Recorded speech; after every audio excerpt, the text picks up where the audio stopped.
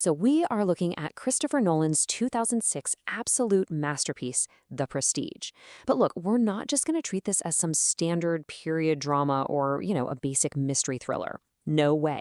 We're diving into this explainer to unpack it as a meticulously crafted psychological puzzle. Because Nolan doesn't just tell a story here, he literally constructs an intricate mechanism right before our eyes, completely playing with time, with perspective, and honestly with our own expectations.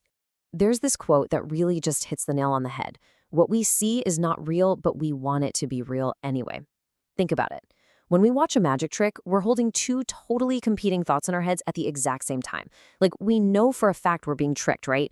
But we still desperately crave that wonder of the impossible.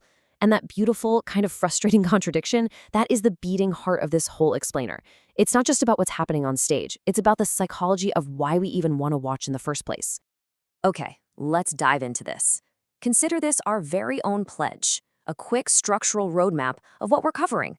The nature of illusion, the pledge of rivalry and obsession, the turn into science and sacrifice, the prestige and the cost of truth, and finally, the audience's complicity. Part 1. The nature of illusion. Let's figure out exactly why we watch. You have to remember, back in Victorian-era London, stage magic was the absolute pinnacle of entertainment. People weren't just buying a ticket for a show. They were paying to get up close and personal with the unknown. It fed right into that fundamental human need to figure out the secret. And every truly great trick that satisfies that craving is built on 3 specific steps. First up, you have the pledge. The magician shows you something ordinary. Then comes the turn. They take that ordinary thing and make it do something completely extraordinary.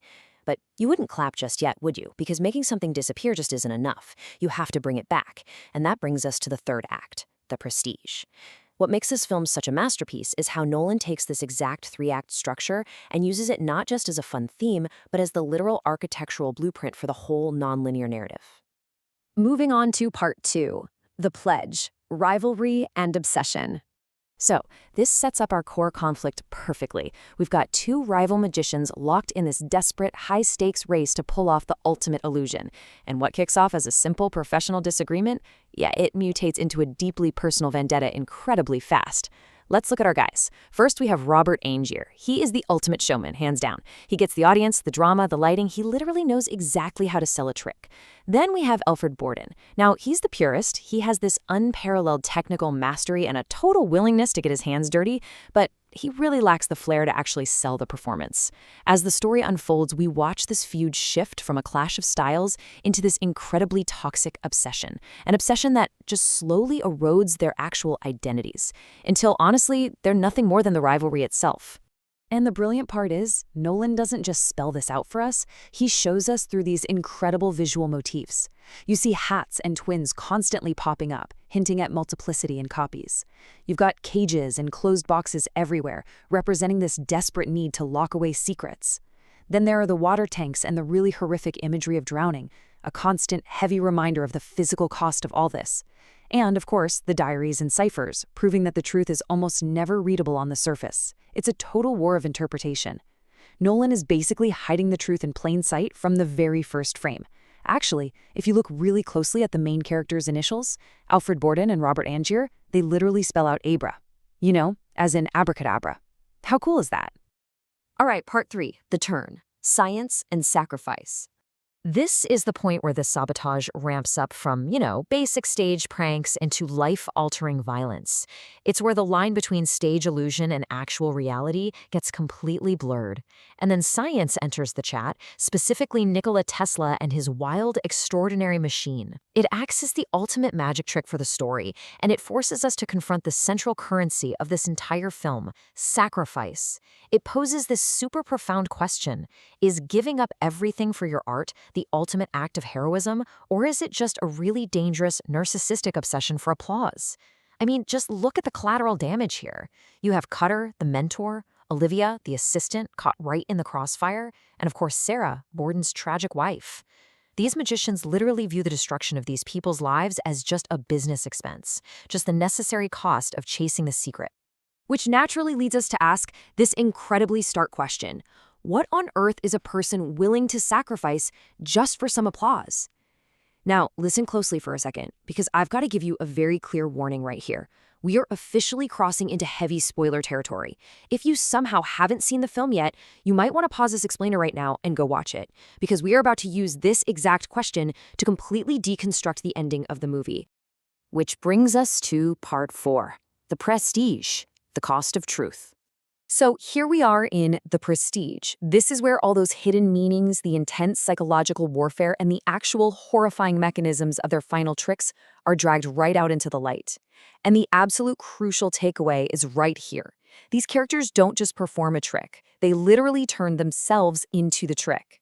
When you really strip it down, this isn't a story about magic at all. It's an exploration of how the sheer desperate need to be seen turns human beings into walking performances. Identity just becomes a role you play, love turns into an accidental byproduct, and human conscience, well, that's just another expense on the ledger. The film's grand finale lays out 2 extreme, completely unhinged ethical systems driving these ultimate illusions. Let's break it down. System 1 is Borden's method. This requires living your entire life as a mask, literally splitting one single life between 2 people. It's a massive, constant psychological sacrifice. Then you have System 2, which is Andier's method, using Tesla's machine. This normalizes actual, literal death. It requires constant physical sacrifice to produce a reality every single night on stage. But here's the crazy part. These 2 completely different, totally extreme methods are actually just 2 sides of the exact same coin. They both result in the absolute fracturing and destruction of identity. And finally, part 5, the audience's complicity. Now, here's where it gets really meta. Nolan isn't just sitting back and analyzing these 2 magicians, he's actually turning the mirror directly onto us, the viewers. What does the audience want basically becomes the moral compass for the entire movie. And the film aggressively targets our 2 biggest, most contradictory addictions as an audience.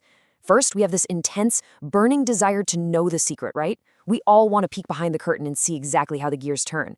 But second, we have this desperate, almost childlike need to believe in the illusion. We want to be enchanted by the lie, even when we know full well that it's a lie. We're actively participating in our own deception. We are completely complicit. So, I want to leave you with one final, kind of provocative thought here. Don't you want to ignore the cost for the sake of the secret too? Think about it. When you sit down to watch a film or consume any kind of entertainment, how often do you just happily look the other way from the gritty reality of how it was made, just so you can sit back and enjoy the magic? The Prestige absolutely forces us to confront that uncomfortable question. It's a cinematic masterpiece because it makes us realize that, honestly, maybe the greatest trick of all is the one we're playing on ourselves. Thank you so much for hanging out with me for this explainer. Keep asking those big questions and always remember to look a little closer at the illusion.